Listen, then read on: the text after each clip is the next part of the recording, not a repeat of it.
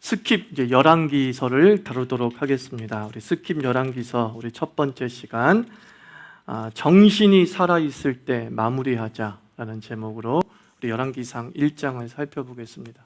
정신이 살아 있을 때 마무리하자.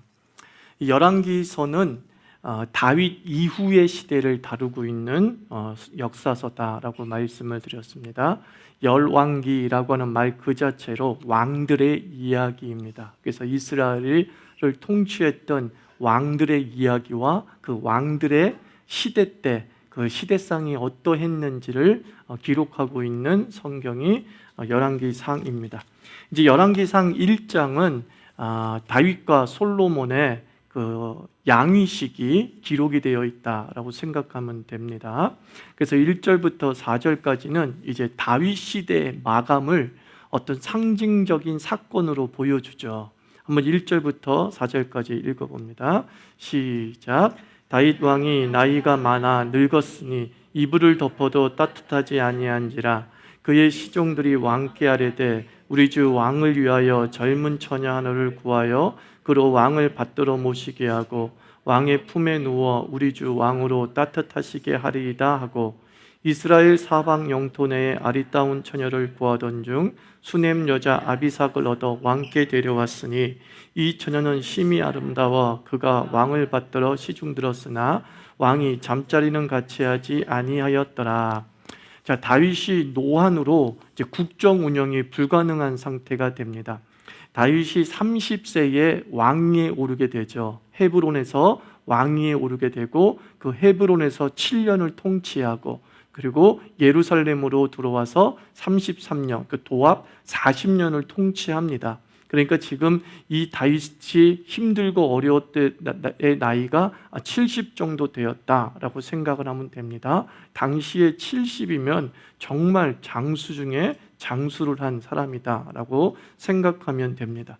그러나 나이가 들다 보니까 노안으로 인해서 여러 가지 건강 악화로 인해서 국정 운영이 불가능한 상태가 됩니다. 그리고 다윗이 생명 연장책의 일환으로서 여인의 몸을 이불 삼아서 근근히 지택하는, 좀 어떻게 보면은 안쓰럽고도 보기 좋지 않은 장면이 열왕기상 1장에서 시작되고 있어요. 그러니까 다윗이 젊은 처자의 따뜻한 온기를 이불 삼아서 근근히 생명을 연장하고 있다. 다른 말로 다윗 시대의 종언을 상징적으로 표현하고 있음을 보게 됩니다. 그래서 다윗이 영웅이었지만 이 영웅도 시간을 이길 수 없다라는 것을 보여주고 있는 것이고, 이 시간을 이길 수 없는 이 다윗이 만약에 열왕기상 1장의 이 기회를 놓친다면 그 뒤에 열왕기상 2장에서는 이스라엘의 대혼란이 올 수밖에 없었어요.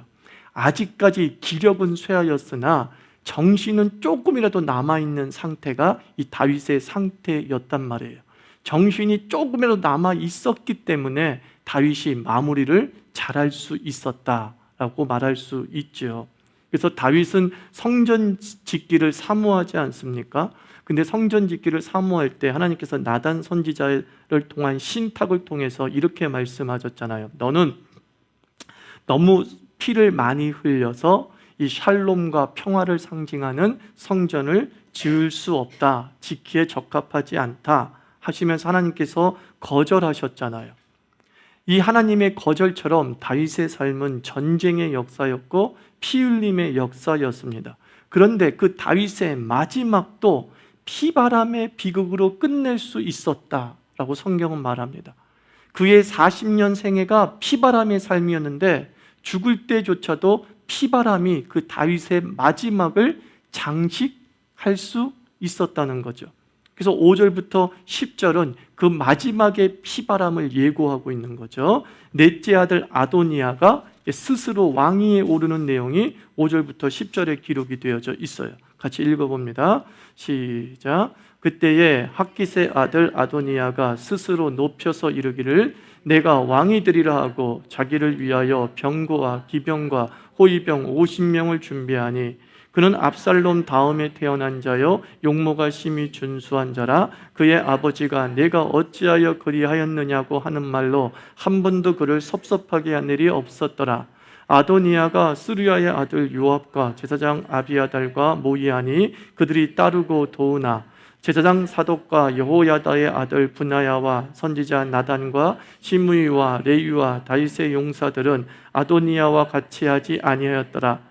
아도니아가 에느로겔 근방 소엘렛 바위 곁에서 소와 살찐 송아지를 잡고 왕자 곧 자기의 모든 동생과 왕의 신하된 모든 사람을 다 청하였으나 선지자 나단과 분하야와 용사들과 자기 동생 솔로몬은 청하지 아니하였더라.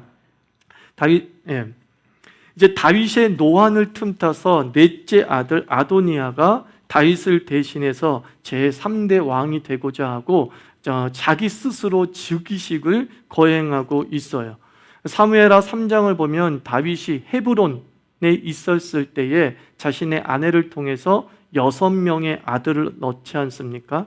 총 다윗의 아들은 역대상을 읽어보면 16명이라고 얘기를 하죠. 근데 그 중에서 핵심적인 아들들은 사실 헤브론에 있었을 때 낳은 아들이에요. 그 6명이 누구냐면은 우리가 잘 알고 있는 암논이 있죠. 이 암논은 압살롬의 여동생을 범해서 압살롬에게 죽임을 당하잖아요.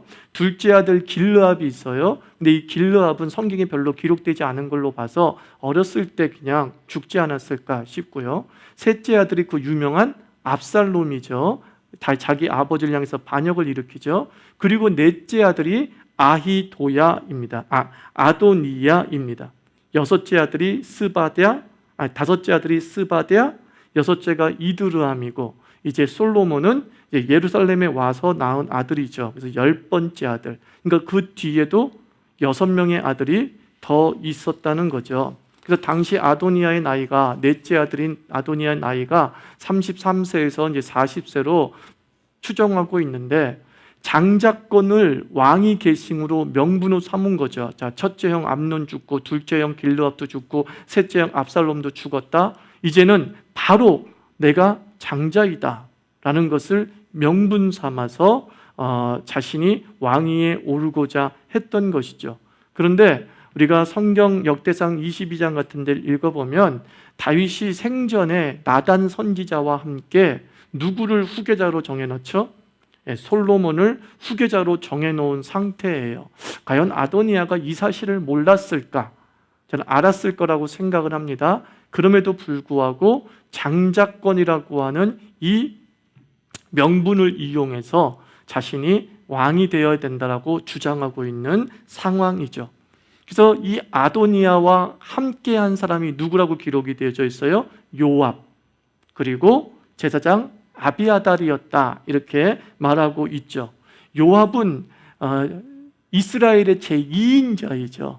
다윗과 함께 동고동락하면서 희노애락을 다 겪었던 사람이죠. 장군 중에 장군이었죠. 그러니까 요압이 아도니아와 함께 했다는 것은 요압은 군사와 정치의 중심이죠.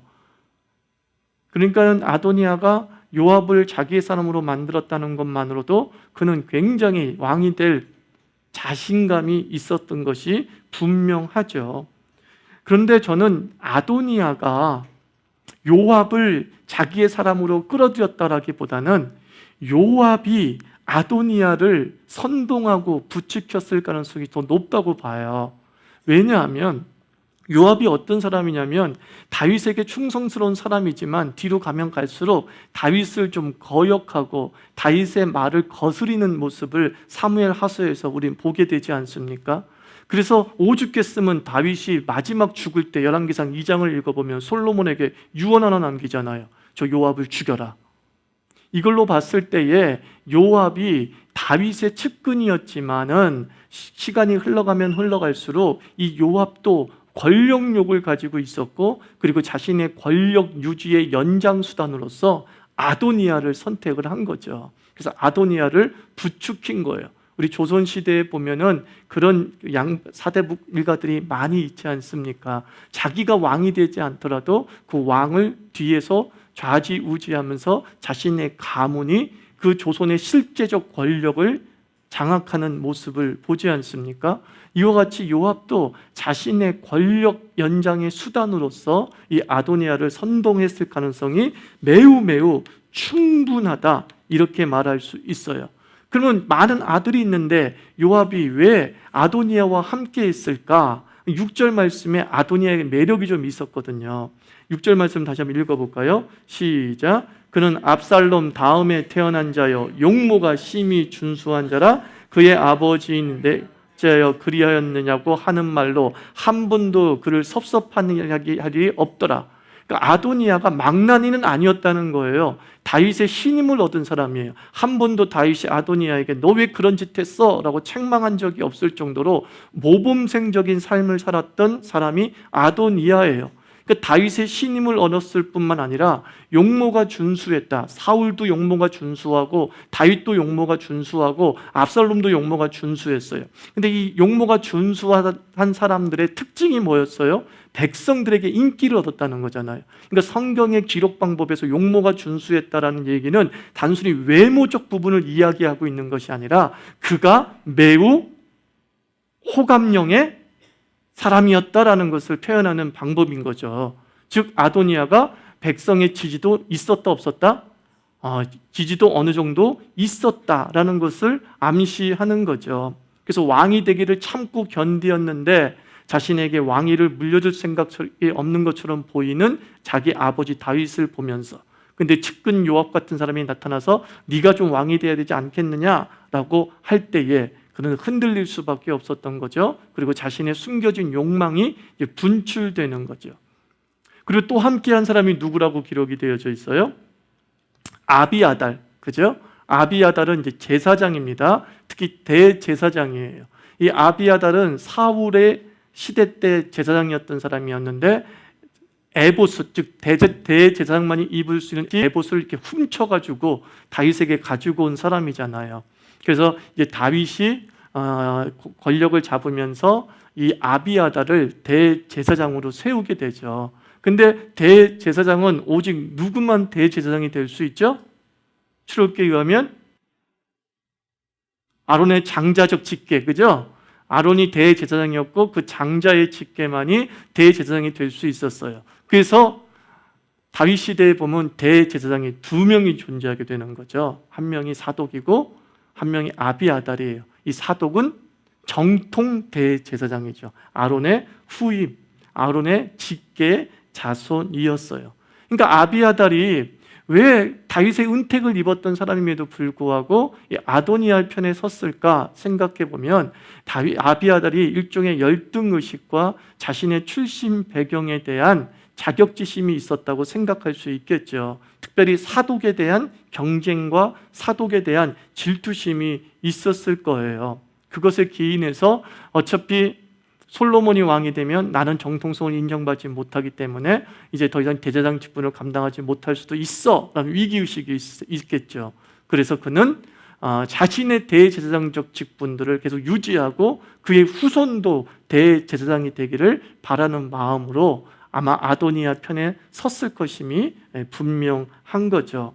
그래서 아도니아의 모의에 이제 제외된 사람이 10절에 기록이 되어져 있죠. 10절 읽어봅니다. 시작. 선지자 나단과 브나야와 용사들과 자기 동생 솔로몬은 청하지 아니했다. 이제 우리가 성경 퀴즈를 아도니아가 애둘러서 조금 어렵게 낸다면 이렇게 낼 수도 있는 거잖아요. 아도니아가 모반을 계획했을 때에 초청하지 않은 사람들은 어떤 사람인가요? 그러면 선지자 나단, 그 다음에 제사장 사독, 그리고 또 누구예요? 브나야, 그리고 또 용사들. 여기서 용사들은 30용사, 다윗이 30용사 알죠? 3회 하서에 기록되어져 있는. 그리고 솔로몬, 이 5부류의 사람은 이제 청하지 않았다, 이렇게 생각할 수 있겠죠. 아도니아 모의에 제외된 이 부류의 사람들은 어떤 사람이냐면, 일단 나단은 다윗의 사람 중에 다윗의 사람이죠. 다윗이 밧세바와 간음했을 때 그 간음을 책망했던 사람이 누구예요? 나단 선지자죠. 그리고 다윗과 밧세바에게서 태어난 둘째 아들, 첫째 아들은 죽죠. 둘째 아들이 태어나는데 그 둘째 아들의 이름을 여디디야라고 하는 이름을 지어준 사람이 누구예요? 나단이에요. 이 여디디야가 나중에 누구예요? 솔로몬이에요. 솔로몬 왕의 정식 이름이 여디디야예요. 여디디야. 여호와께 사랑을 입은 자. 그리고 다윗에게 성전 계시를 전한 사람이고, 네 후계가 성전을 짓게 될 것이다. 그리고 그 후계에 대해서 솔로몬이 되어야 된다고 논의를 했던 선지자가 바로 나단이었단 말이에요. 그 다음에 분하야는 장군이죠. 요압 다음의 장군. 정확하게 설명하자면 다윗의 친위 대장, 군위 대장이었음을 알 수 있습니다. 다윗의 채찍근에서 다윗 자체를 생명을 지키고 보존해 주는 사람이 바로 분하였다는 겁니다. 그리고 다윗의 용사는 아까 말한 대로 30용사를 의미하죠. 다윗의 신복 중에 신복, 자신의 죽음을 통해서라도 다윗을 지켜냈던 사람들이었죠. 그래서 솔로몬도 청하지 않았다는 것은, 자기 다른 동생들은 다 청했는데 10번째 동생 솔로몬을 청하지 않았다는 것은 아도니아가 솔로몬이 다윗의 후계자가 된다는 걸 알고 있었다, 모르고 있었다? 알고 있었다는 거죠. 모르고 있었던 게 아니라 알고 있었기 때문에 이 아도니아의 즉위식을 모반이다라고 말하고 수밖에 없는 거예요. 자기가 누가 왕이 될지 모르기 때문에 자기가 즉위식을 스스로 했다 그러면 당연히 솔로몬도 초청받아야 되는 거잖아요. 근데 솔로몬만 쏙 뺐다는 것은 이미 왕국 내에서 솔로몬이 다윗의 후계자다라고 하는 사실이 공공연하게 이제 떠돌고 있었음을 알려주고 있습니다. 자, 이런 상황에서 나단의 제자리 잡기 실행이 11절부터 14절까지 기록이 되어져 있습니다. 이걸 두고만 볼 수는 없다 그러면서 나단이 이거는 제자리를 잡아야 된다, 솔로몬이 왕이 돼야 된다라고 하는 계획을 실행합니다. 11절부터 14절 읽어봅니다. 시작. 나단이 솔로몬의 어머니께 말하여 이르되 학기세 아들 아도니아가 왕이 되었음을 듣지 못하였나이까? 우리 주 다윗은 알지 못하시나이다. 이제 내게 당신의 생명과 당신의 아들 솔로몬의 생명을 구할 계책을 말하도록 허락하소서.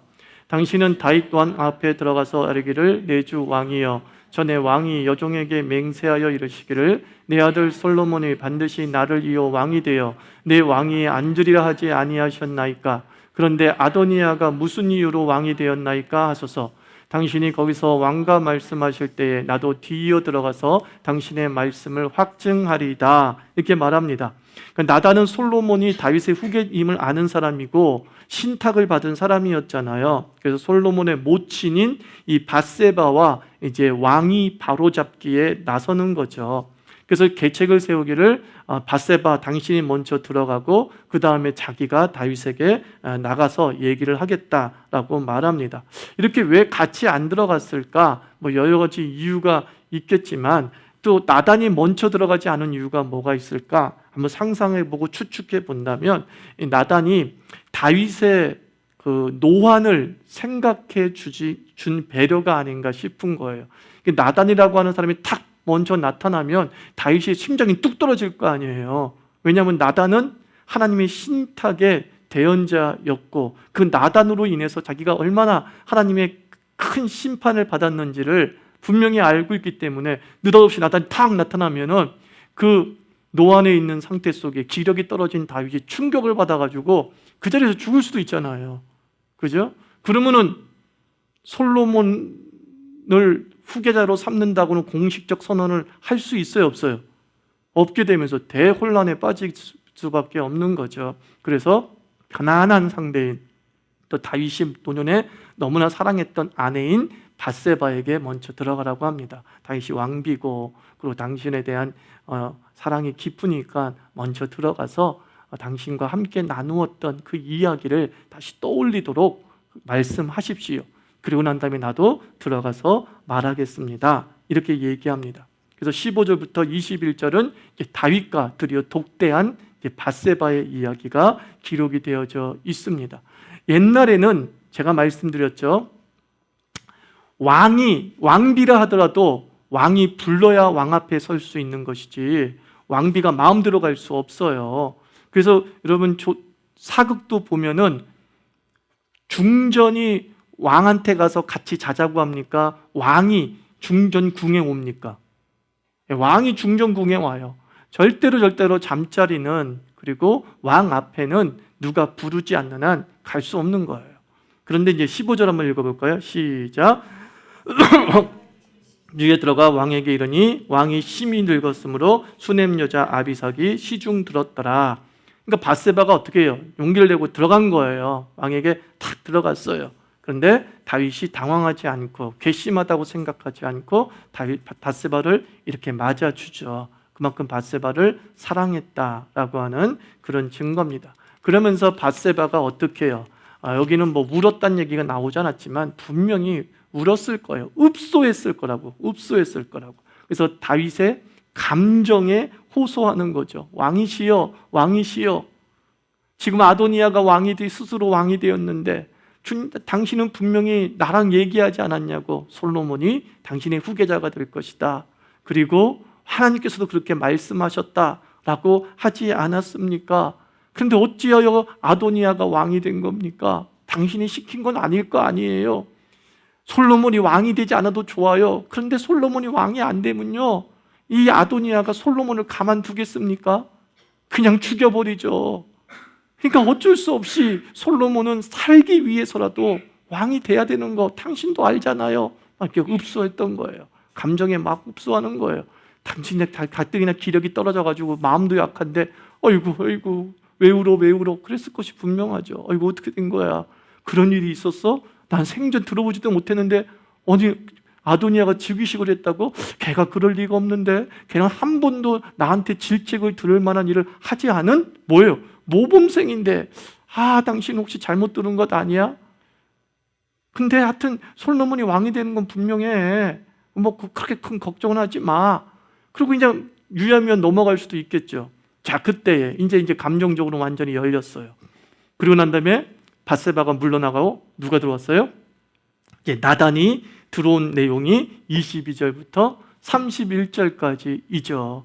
22절에서 31절까지 읽어보면 나단도 밧세바가 한 말과 똑같이 얘기해요. 아도니아가 지금 스스로 왕이 되었습니다. 이 얘기를 하는 거죠. 그러니까 다윗은 깜짝 놀라죠.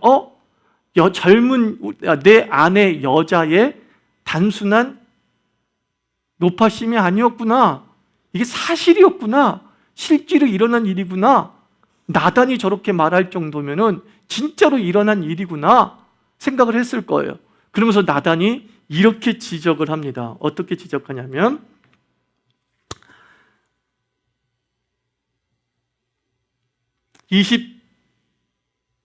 27절 말씀 한번 읽어볼까요? 시작.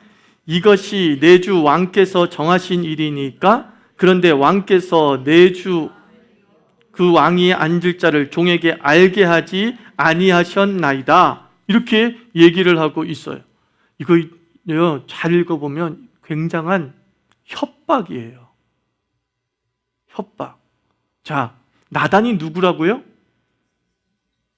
선지자인데 어떤 선지자라고요? 다윗의 범죄를 질책한 선지자란 말이에요. 그리고 다윗이 그 범죄에 대해서 당신의 아들은 죽을 것이라고 하는 하나님의 신탁을 말했는데 그 신탁이 그대로 이루어졌어, 안 이루어졌어요? 이루어졌어요. 심지어는 성전을 짓고 싶다고 하는 왕의 소원조차도 하나님의 뜻이 아닙니다. 당신은 못 지어요 라고 말할 정도로 강직한 사람이 나단이에요. 그 나단이 얘기합니다. 당신과 내가 분명히 하나님의 신탁을 받아서 솔로몬이 왕이 될 거라고 우리가 확정하지 않았습니까? 그건 하나님과의 약속 아닙니까? 당신이 하나님의 약속을 어겼을 때 어떻게 됐습니까? 하나님 앞에 범죄했을 때 어떻게 됐습니까? 당신의 아들이 죽고 당신의 자녀들의 반란으로 죽을 지경에까지도 빠지게 되는 일을 겪지 않았습니까? 하나님의 뜻을 어겼을 때, 주의 말씀대로 하지 않았을 때 당신에게 하나님이 엄청난 심판을 했다는 것을 몸소 겪지 않았습니까? 근데 또 약속을 어기세요? 자, 다윗은 어떻게 되겠어요?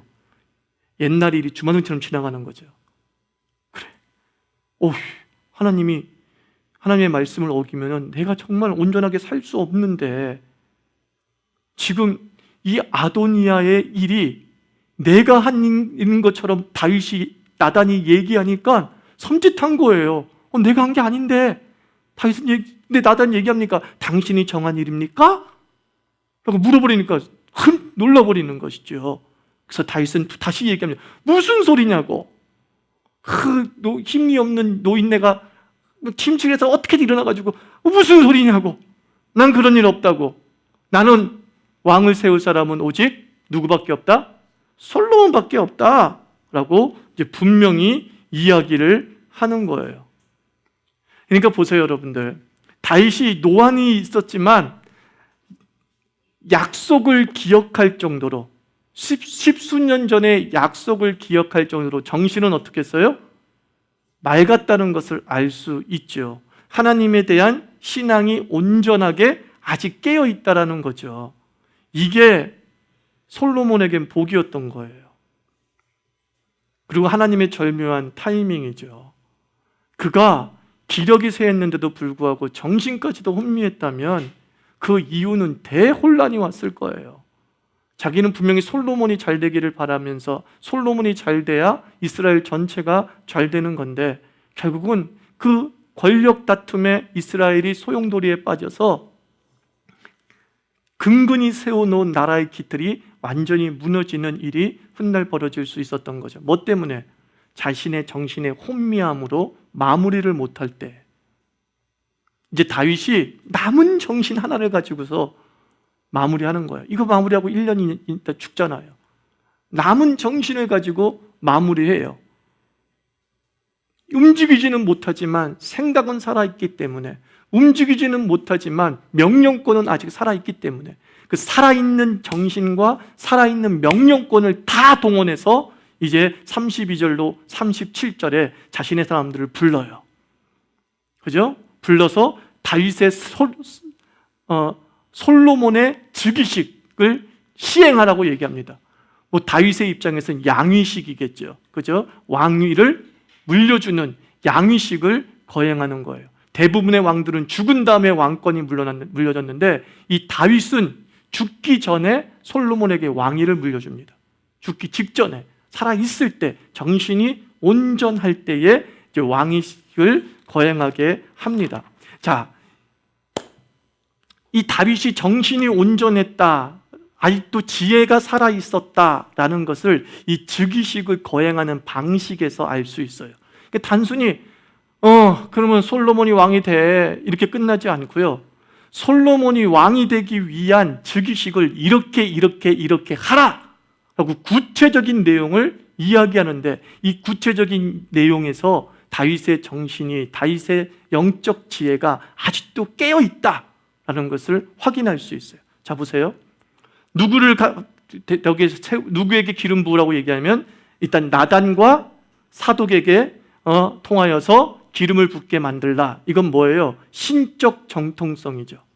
이스라엘 백성에게 있어서 신정 국가이기 때문에 선지자의 위치와 제사장의 위치는 매우 중요해요. 그것은 국무총리니 합참 의장, 군사적 통솔자보다 더 중요한 존재가 이 제사장과 선지자예요. 특별히 나단 같은 경우는 당시에 매우 유명한 선지자예요.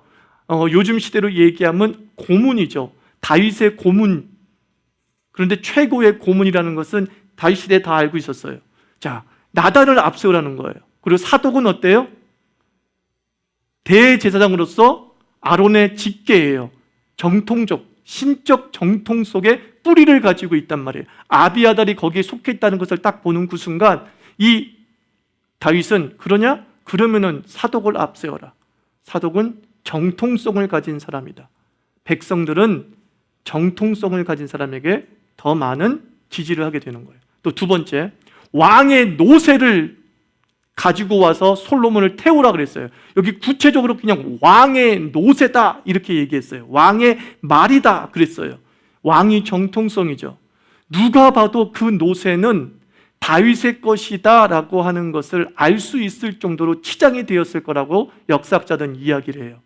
그 노새가 지나가면 저건 다윗의 것이네 라고 알 수 있는 어떤 장식들, 왕만의 장식을 가지고 있었을 거라는 거예요. 근데 솔로몬이 그 왕의 노새, 다윗의 노새에 탔다는 것은 무슨 뜻이에요?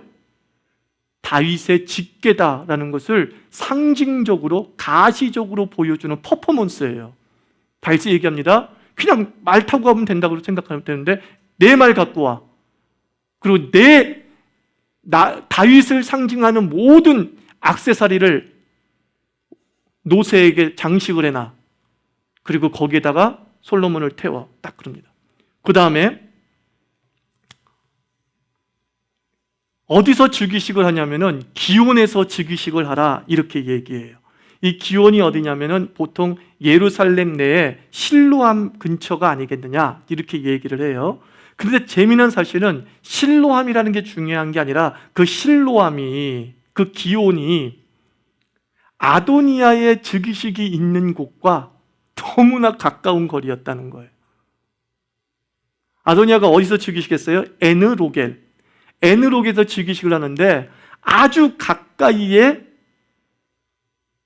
즉위식을 하게 하고, 그 다음에 그 가까이에서, 즉 실로암에서 즉위식을 하면서 어떻게 얘기냐면 뿔나팔을 불며 백성들을 모아서 모이게 하라 그렇게 얘기를 합니다. 그래가지고 기름 부을 때에 뿔나팔이 부러지고 막 백성들이 솔로몬 만세라고 하는 함성이 에느록에 들렸다 안 들렸다? 들렸다 이렇게 기록이 되어져 있어요. 깜짝 놀라죠.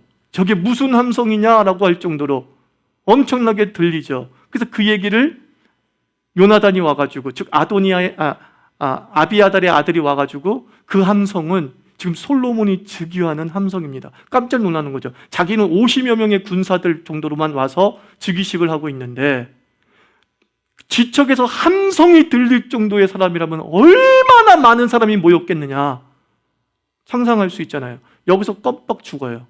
그래서 아주 좋은 일이 벌어지죠. 유혈투쟁에 의한 즉위식이 아니라 무혈진압이 돼버리는 거예요. 아도니아가 싸울 생각을 안 해버리는 거예요. 그냥 도망가요. 그 주위에 있는 사람들도 도망가고 아도니아도 도망가겠다고 성전으로 도망가서 뿔 잡고 있고 이런 일이 벌어져요. 자, 이러한 계획을 누가 세웠다고요? 다윗이. 언제? 정신이 살아있을 때.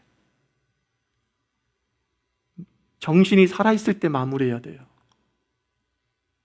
내가 좀 더 괜찮겠지, 내일 괜찮겠지. 근데 여러분, 나이 든다는 것은 일순간이잖아요. 내일 어떻게 될지 모르는 게 나이 듦이에요. 물론 누구나 다 언제 죽을지 모르지만 그래도 젊은 사람은 확률에 의해서 내일도 살 수 있고 내일도 맑을 수 있다라고 하는 통계가 있는 거죠. 근데 나이가 들었다는 건 뭐냐? 그 통계의 확률이 희박해지는 거예요. 이 다윗이 70 죽을 때가 다 돼서 아이고 하기도 전 그런 상황이지만 다시 말해 뭐가 살았다고요? 정신이 맑을 때라는 거예요. 여러분들 침대에서 유언하지 마십시오. 지금 롯데의 문제가 뭐예요? 아버지가 정신이 맑을 때 안 물려줬잖아. 회사를 마무리를 못했어. 그러니까 그 아들하고 딸내미랑 치고받고 원수처럼 싸우고 있잖아요. 평생 자기가 정신이 맑을 줄 알았던 거지. 내가 지금 걸어다니고 있는데?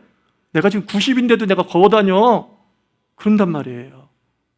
그런데 이 육체와 관련 없이 정신은 어느 순간 흔들릴 수 있다는 거죠.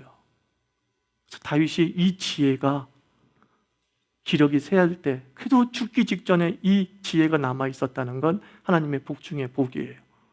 그러면서 우리는 이렇게 생각하죠. 하나님의 이 다윗에게 주신 노년의 그 지혜를 저에게도 주시옵소서. 그렇게 하지 마시고 다시 말해 지혜는 뭐라고요? 죽기 직전이 아니라 내 몸도 건강하고 내 정신도 건강할 때 가정의 마무리, 인생의 마무리 이런 것들을 잘 추구해 나가야 되는 거예요. 그래서 저는 그런 생각이 드는 거예요. 이제 요즘 80 사는 게 기본이니까 이렇게 얘기하고 싶어요. 70부터는 이 다윗처럼 솔로몬에게 물려주는 삶을 살아야 돼요. 이 물려준다는 말이 유산만 이야기하는 게 아닙니다. 자기의 모든 가진 것들을 이제는 다 풀어서 후배들이, 신앙의 후배들이 또는 인생의 후손들이 이런 것들을 부작용 없이 활용할 수 있도록 해 나가야 되는 거예요. 이게 다윗의 말년의 복이에요.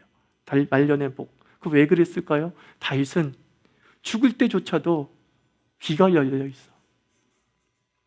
하나님의 말씀을 무서워하는 귀가 열려 있어. 나단이 얘기하니까 꼼빡없이 듣는, 자기가 왕임에도 불구하고 일개 평민의 선지자가 와서 하나님과의 약속들을 이야기할 때 그랬습니까? 내가 들어야죠. 그 들을 귀가 그의 말년을 아름답게 만들 수 있었던 힘의 원동력이었다는 거죠.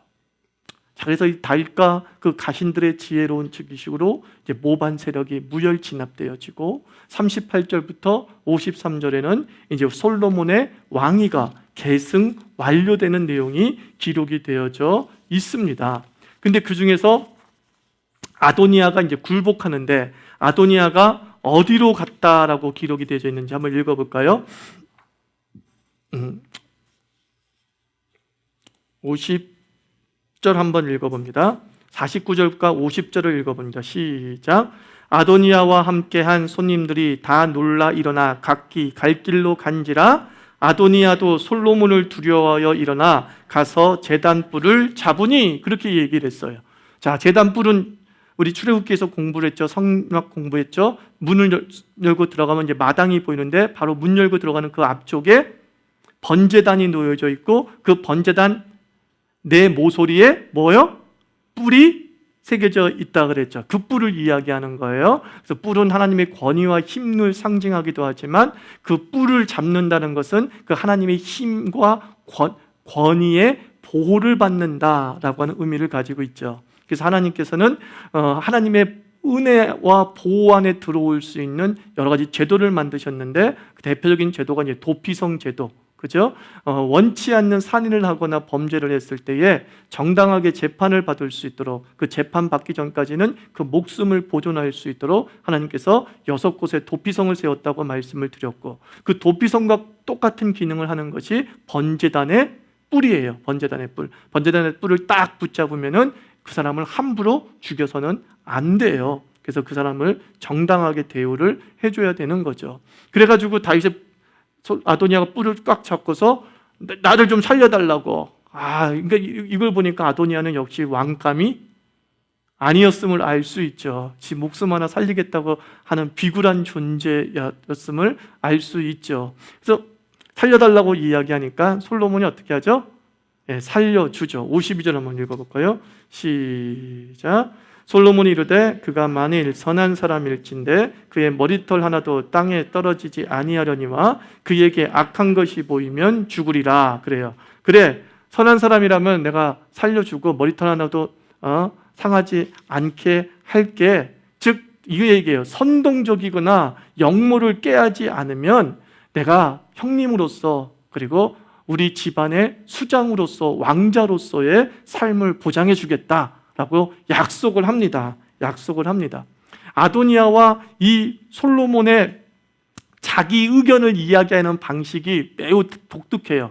자, 솔로몬은, 아도니아는 여호와로 맹세하여 이르되 이렇게 얘기하죠. 여호와로 맹세하여 이르되, 하나님을 동원해 가지고 그 말에 어떤 그 신뢰성을 보장받으려고 하는 거죠. 그런데 솔로몬이 내가 여호와께 맹세하여 당신을 살려주겠다 이 얘기 안 해요. 그냥 솔로몬이 뭐라 그래요? 이르되 이렇게 끝나죠. 52절. 솔로몬이 이르되 그런다는 거예요. 이게 무슨 뜻이냐면은 조건부. 여호와께 맹세하여 이르되 그러면은 어떤 상황이 와도 그 얘기는 지켜야 돼요, 안 지켜야 돼요? 지켜야 되는 거예요. 근데 솔로몬은 조건부로 하는 거예요. 당신이 선동만 하지 않으면, 그러니까 당신의 생명은 나에게 달려있는 게 아니라 당신하기 나름이요, 이렇게 얘기했단 말이에요. 그러면서 선을 베풀었어요. 근데 나중에 다음 주에 2장에 들어가지만 이 2장에서 아도니아가 또다시 모반을 계획해서 결국은 처형을 당하고 맙니다. 이 자기 떡이 아닌 걸 분명히 알아야 되는데 한 번 목숨이 딱 보존됐으면 좀 자기 목숨을 잘 지키면서 살 줄 아는 지혜도 필요한데 얘가 좀 뭐라 그럴까요? 그 솔로몬을 너무 얕잡아 봤다고 해야 되나? 만만히 봐야 됐다고 해야 되나? 그래서 이제 결국은 처형을 당하고, 또 솔로몬이 우리가 알고 있는 평화의 왕이고 뭐 지혜의 왕이고 막 그러지만은 세상의 세속의 역사를 가지고서 솔로몬을 이렇게 해석해 나가면 솔로몬은 마키아벨리즘에 아주 강한 그러한 군주였다, 이렇게 말할 수 있죠. 굉장한 정치적 능력이 있었고, 그리고 사람을 이렇게 휘어잡는 선동의 능력도 가지고 있었던 그런 왕이에요. 그가 솔로몬이라고 하는 그 이름을 얻은 건 그가 평화로운 사람이기 때문에 솔로몬이라는 이름을 얻은 게 아니라 그 시대가 평화로웠기 때문에 솔로몬이라는 이름을 얻은 거예요. 그 솔로몬이 그의 인격과 그의 어떤 그 부드러움을 표현해 주는 이름은 아니다라는 거죠. 그래서 솔로몬의 원래 이름은 뭐라고요? 여디디야, 여호와께 사랑을 입은 자. 여호와의 사랑과 은덕을 입었기 때문에 솔로몬이 솔로몬 될 수 있었던 것이지, 솔로몬의 그 안에선 샬롬이나 어떤 그 평화를 이룰 만한 온유한 성품의 사람은 아닐 것이다 라고 우리가 충분히 짐작할 수 있습니다.